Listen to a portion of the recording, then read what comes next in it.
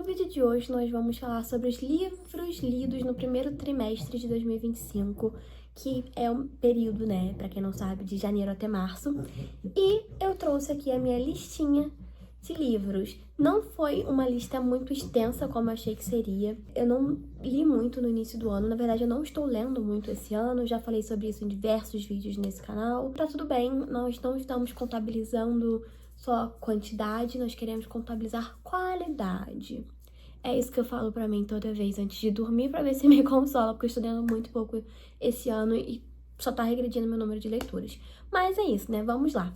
Em janeiro, eu li 2 livros, que foi A Cantiga dos Pássaros e Serpentes, que foi um livro que foi devastador, assim, foi colossal, alugou um triplex na minha cabeça, foi um dos meus melhores livros do ano. Eu acho que foi o primeiro livro que eu finalizei em 2025 e eu comecei, assim, já com o pé direito chutando a porta, porque eu amei esse livro. Quem fala que esse livro não é bom é doido. Eu não sei, na verdade, se tem alguém que fala isso, tá?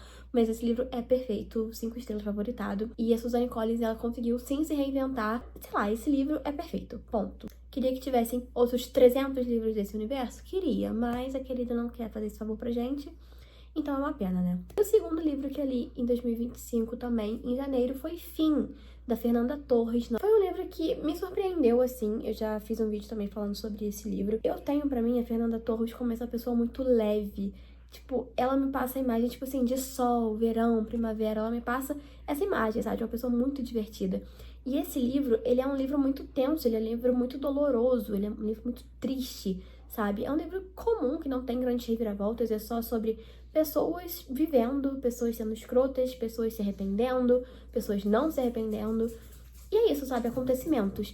E foi um livro que me pegou meio desprevenido, assim, justamente porque eu sabia que esse livro era escrito pela Fernanda Torres, então ela conseguiu se botar em outro patamar, assim. Não que ela não tenha essa carga emocional de drama, não que ela não consiga fazer isso, ela consegue muito bem, a gente sabe disso, porque ela é uma atriz de peso, mas eu não sabia que ela era uma escritora de peso também. Então, assim, foi um livro que eu não gostei tanto. Pra ser bem sincera, eu achei um livro... Eu não sei, eu acho que pode ter sido pelo momento da vida que eu tava. Eu não gostei tanto do livro em si, da história, sabe? Eu achei a história muito pesada, eu achei tudo muito... Ai, devastador, assim. Mas, no geral, não foi tão ruim, sabe? Só que pra mim não funcionou, até pelo tipo de conteúdo que eu consumo mais. Já em fevereiro, eu li Comer, Rezar e Amar. Este livro aqui foi pra mim uma mega decepção. Eu sei que ele foi um livro mega famoso aí nos anos 2000, se eu não me engano. Também tem filme. Foi, assim, um hit. Mas pra mim foi só mais um livro de coach que não me prendeu tanto. No início tava me pegando, principalmente na parte em que ela, autora, né, falava muito sobre estar perdida, sobre não saber quem ela é fora do casamento, ela queria buscar Deus, e eu estava muito nesse momento da minha vida, quando eu li esse livro, que eu queria estar mais próxima de Deus, eu queria ter essa conexão, e esse livro até aquele momento estava se encaixando muito, só que o livro ele é dividido em partes, né, que é a parte que ela vai pra, acho que 3 países, eu não me lembro direito. Tipo assim, até a segunda parte tava me pegando legal, chegou na terceira, não foi. Não tava funcionando tanto, e isso foi algo que me deixou meio desanimada, assim. Eu fui arrastando o livro, tipo, fui arrastando muito o livro. Por fim, eu terminei e não achei grande coisa. E principalmente porque o livro, ele é uma meio que autobiografia, né? Então acho que isso foi o que mais me deixou, tipo, ai, que chato, que chatice, sabe? Porque é uma pessoa branca que tem um monte de privilégios e tá... Sabe, eu entendo que ter dinheiro não é o suficiente na vida, a gente precisa de mais, só que, tipo assim, o dinheiro já é uma parte que ajuda, sabe? Ajuda bem. E ela fica falando que não, que o problema dela é outro, só que assim, cara, quais são as pessoas que hoje possuem uma realidade de ficar 1 ano sem trabalhar, só, tipo, viajando pra se descobrir, sabe? Isso pra mim é muito fora da minha realidade. Então, ela ficar reclamando o tempo todo enquanto tá fazendo isso foi algo que me desestabilizou, sabe? Me estressou. Era pra ser um livro que ia me ajudar a me encontrar, me acalmar, ai, não sei o quê. Me causou revolta. E tá tudo bem. Também li em fevereiro O Curioso Caso de Benjamin Button. Gente, o livro é isso aqui. Sei lá, não deve ter nem 100 e... Não deve ter nem 200 páginas, é muito curtinho. Eu achei que poderia ter sido mais. Eu não gostei tanto porque ele foi pouco. E é isso. não tem como estender. Tem livros que eu não gosto tanto porque se estendem demais, só que esse livro se estendeu de menos. E eu já conhecia o filme, então eu sabia que o filme era um hit, era baseado em um livro, então eu achava que todos os acontecimentos do filme tinham no livro. Então eu acho que o meu erro, entendeu, estava aí, porque não. O livro é dessa finura e o filme é deste tamanho. Eu acho que o meu erro foi ter criado expectativa em cima de uma outra obra, sabe? Porque, pra mim, aquilo ali é um remake. Tipo, é tipo remake de Vale Tudo, sabe? Só que o livro, assim, é um livro que tinha potencial. Eu sei que é um clássico, que todo mundo fala muito bem. Só que, assim, pra mim não funcionou porque eu precisava de mais, sabe? Eu gostei de alguns momentos, eu gostei do Benjamin. Ele é muito... Quando ele nasce, assim, né? Ele nasce velho e tal... E ele já é muito sarcástico com o pai dele, eles têm aquelas relações, e a mensagem do livro é muito boa, né? Que você precisa, perante a sociedade, se portar com a idade que você tem, e ele foge muito disso. Só que, assim, muito pouco, eu queria que fosse maior. Mas, assim, tá bom, né? Se você quer maior, tem um filme. Outro livro também que eu li em fevereiro foi Os Maridos, foi um livro que eu odiei. Foi um livro que pra mim, gente, não faz o menor sentido esse livro sequer ter sido lançado, porque ele é tenebroso. É um livro que não tem pé nem cabeça. É sobre uma mulher que um dia ela está voltando da despedida de solteira da amiga dela e tem um homem na casa dela, falando que é marido dela. E ela nunca se casou, ela não se recorda de ter casado. Só que, olha só que surpresa, ela realmente é casada com esse homem. Como que isso acontece, a gente não sabe. Até que ele simplesmente sobe no sótão pra pegar alguma coisa, ele desaparece e volta como outro homem. E a vida dela mudou inteira. E ela também está casada com esse cara. Olha só que premissa legal, sabe? Tipo assim, é um sótão mágico que te traz homens casados com você já, a sua vida já tá ali, ó, resolvida. Mas não, o livro não se desenrola, não explica o que acontece. É só um mistério ali que vai ficar pra sempre com uma pulga atrás da sua orelha. E no final do livro, ela simplesmente só decide ficar com um cara que já tá lá mesmo. E aí só taca fogo na casa dela. E muita fé. Assim, é um livro que tem uma premissa muito boa, só que não foi bem desenvolvido. E eu consigo pensar, tipo assim, pelo menos 3 autores que se eu jogar esse livro na mão delas, elas vão me entregar algo muito bom. A começar, a Taylor Jenkins. Eu duvido que a Taylor Jenkins não faça um livro desse, só que melhor. Nossa, eu duvido. Mas, né, fazer o quê? Não foi isso que aconteceu e temos essa bomba por aí. E eu vi muita gente falando bem desse livro, muita gente. Eu acho, inclusive, que o Vitor Almeida falou muito bem desse livro. E foi por isso que eu li essa desgraça desse livro. Vitor Almeida, você me paga, tá? Outro livro também que eu li em fevereiro foi A Tempestade que Criamos. Foi assim, um livro que mexeu muito com a minha cabeça. Foi um livro que me desestabilizou demais. E eu ficava constantemente comparando esse livro com Herdeiros do Mar, porque não é o mesmo cenário exatamente. Esse livro também se ambienta nesse período de guerra, né, que o Japão está dominando outros países assim. E aí, nisso, o Japão dominou a Malásia. Temos uma família que é afetada, né, com esse domínio. E esse livro é dividido, se eu não me engano, em 3 ou 4 partes. E é isso, gente. É muito triste, porque é dividido entre a mãe e os 3 filhos. E as coisas vão acontecendo, e é um livro muito cruel. É um livro que te rasga, assim, por inteiro. E relata períodos de guerra, né? E, tipo, estamos constantemente sendo ameaçados com possíveis guerras e ninguém faz nada. E você fica assim, gente, como que ninguém faz nada? Olha quantos relatos, sabe? É um romance histórico, né, praticamente. É muito pesado, é muito triste. E eu lembro que eu tava lendo esse livro, assim, à noite, chorando, porque era muito pesado. E eu ficava lendo as coisas e ficava, tipo assim, nossa, não acredito que eu estou lendo isso. E é muito parecido, né, com Herdeiros do Mar, justamente por conta dessa violência. Te remete, né, de novo a casas de conforto, meninos sendo violentados também, crianças, meninas sendo usadas como coisas horrorosas, assim. E o livro vai tomando proporções que quando chega no final dele, você fica assim, meu Deus do céu, o que eu acabei de ler? Estou traumatizada pro resto da minha vida. E é um livro que eu penso muito nele às vezes, como eu também penso em Herdeiras do Mar. Porque é isso, é um livro que te rasga. É simplesmente isso. E talvez esse tenha sido o melhor livro que eu li esse ano. E eu tô nessa dúvida aí. Outro livro que eu também li foi A Filha Primitiva, que também foi um livro que me pegou muito. Nossa, foi uma sequência, assim, que acabou comigo, né? Ver A Tempestade que Criamos, que já...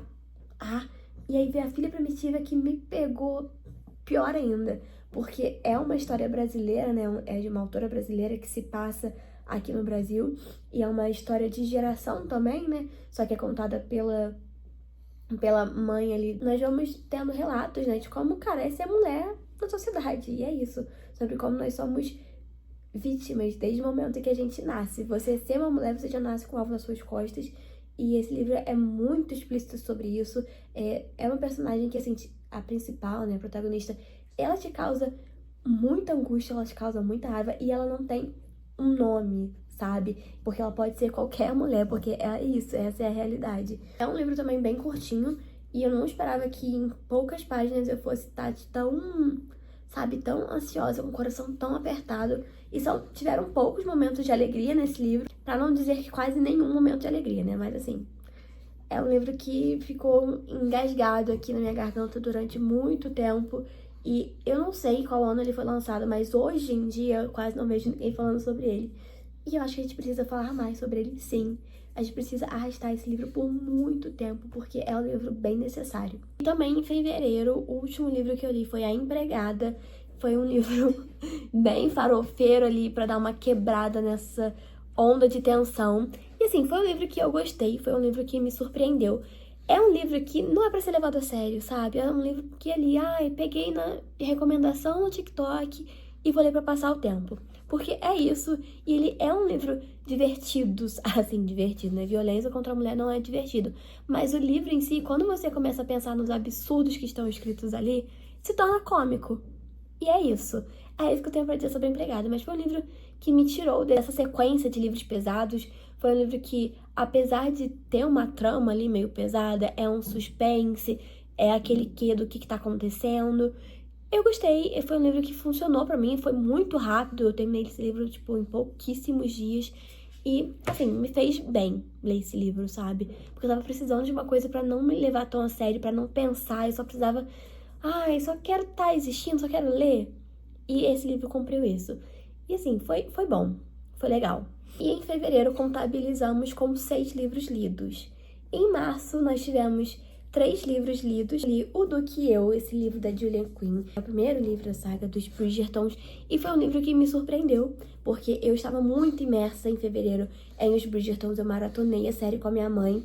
E eu amei, sabe? Eu amei demais. Então eu pensei, pô, vamos dar uma chance, né? Vamos ler romance de época. Só que eu estava bem aflita porque eu nunca tinha tido contato. Meu primeiro contato com qualquer romance de época foi na série e eu amei.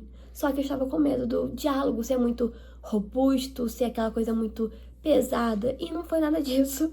Não tem nada robusto, é muito leve, é bem farofada assim e me atraiu bastante. Foi um livro que me surpreendeu. Eu acho que eu consegui quebrar o medo que eu tinha com romance de época, eu consegui quebrar muito do preconceito que eu tinha com a Julia Quinn, porque sim, eu tinha muito preconceito com ela e com os Bridgertons, eu não conseguia entender, sabe? Eu nunca tinha tentado, era só preconceito mesmo. E hoje em dia eu sou uma grande fã, estou devorando todos os livros. E é isso, mãezinha Julia Quinn. E eu gostei bastante, apesar de ter sentido muita falta de algumas histórias, enredos ali, personagens também, mas funcionou assim até aquele momento. E eu gostei, porque tinha sido meu primeiro contato. Em março eu também li Belo Mundo Onde Você Tá. Esse foi um livro que me deixou um pouquinho decepcionada, talvez muito, porque foi um livro da Sally Rooney que não funcionou muito pra mim. O único outro livro que eu tinha lido dela foi Pessoas Normais, que foi um livro, nossa, 10 estrelas, favoritados, é um dos melhores livros que eu já li assim na minha vida. Só que Belo Mundo Onde Você Tá, eu senti que ela tentou fazer a mesma coisa, só que ampliado, sabe? Ela botou outros casais ali, ela botou outros enredos, e tem uma coisa muito de política envolvida também, muita filosofia, muito, sabe? E pra mim não funcionou, foi um livro que ficou muito chato em certo momento. Então, não sei, não tava funcionando muito pra mim, eu tava sentindo meio esquisito, tava sentindo que não estava funcionando. E esse foi um livro que eu me agarrei às esperanças, eu li muito forçada, tiveram diversos momentos que eu queria abandonar esse livro, mas eu não abandonei porque eu queria poder, sabe, só finalizar logo pra acabar com o estresse, com a tristeza. E foi isso, assim, não foi o livro que funcionou pra mim. Eu entendo quem gosta, tem muita frase de post-it, tem muita frase bem Sally Rooney mesmo, sabe? Aquelas comparações de amor e Deus, essas coisas, mas no mais, não me pegou. Foi um livro que eu achei bem arrastado e eu entendo quem não gosta de pessoas normais, porque é a mesma vibe, assim, sabe? Só que esse é muito pior, porque pessoas normais é perfeito. E por último, em março, mas não menos importante, eu também li Não É Amor, da Ellie Hazelwood, que, assim, foi um livro que me pegou diferente também, principalmente porque eu não tenho o costume de ler tanto Ellie Hazelwood, assim, em sequência, eu sempre dou um espaço bem grande de distância de um livro para outro, mas esse, em especial, foi um livro que me deixou meio desconfortável, porque esse livro, ele se propõe a entregar hot, e ele entrega, de fato, porque é assim, é muito hot, e é hot o tempo inteiro, e não sei, não é um tipo de livro que eu consuma tanto, não é um tipo de livro que eu goste tanto, então foi algo incômodo pra mim por isso. E é claro, né, também tem os mesmos dramas de sempre, é sempre o mesmo universo, é sempre o mesmo esquema. Esse livro eu senti que foi um pouquinho diferente dos outros, né, tipo, não achei tão copia e cola, principalmente por se tratar de muito sexo, muito explícito, mas eu achei meio chato, eu não gosto também dessa coisa do esse homem é o mais foda da minha vida, eu não gosto muito disso, e tem peso, né, em todos os livros da Ellie Hazel, de ai, o homem salvador, o homem que vai te conhecer como ninguém, o homem que vai resolver seus problemas sexuais, e isso é uma coisa que não me pega. E em todo livro dela tem isso. Então, assim, não sei. Eu não sou uma grande fã da Ellie Hazelwood. Quando eu li A Hipótese do Amor há uns 2, 3 anos atrás, foi hit, foi smash, hit, mas tinha sido meu primeiro contato com ela. Depois dali só caiu um pouco. Aí eu li Amor Teoricamente, que foi tipo, nossa, smashzaço, hitzaço. Mas é isso, sabe? Ficou por isso mesmo. E não sei, não é amor, não é o tipo de livro que funcione pra mim. E eu sei que tem abordagens, né, mais pesadas, falam sobre questão de insegurança alimentar também, relacionamento familiar, sobre um pouco de luto, mas é isso, é tudo muito pouco. Eu acho que o grande problema, assim, da Ellie Hazelwood é que ela quer falar sobre muitas coisas e ela não consegue finalizar tudo que ela tem pra dizer. Isso em todos os livros dela, sabe? Ela sempre tem histórias de fundo muito boas, só que ela não desenvolve isso, e isso é uma coisa que me estressa. Porque ela foca tanto no romance, ela foca tanto nesse livro, por exemplo, no sexo e tudo mais, que ela não se desenvolve. Então, pra que ela insiste em botar tantas histórias por trás se ela não vai desenvolver? Isso é uma coisa que me incomoda de verdade. Eu sei que hoje, se eu for pegar um livro da Ellie Hazelwood, eu já tenho que ir com essa mentalidade pra não me decepcionar, sabe? E talvez assim eu consiga gostar mais da leitura. Em março, eu li 3 livros, né? E foram esses 3. E nesse primeiro trimestre, eu li 11 livros. 11 livros eu realmente gostei, amei, assim, foram bem poucos. Mas tá tudo bem, né? Eu acho que eu não estava sendo tão assertiva nas minhas escolhas literárias. E eu tô tentando filtrar isso um pouco melhor. Mas é isso. Até o próximo vídeo. Tchau!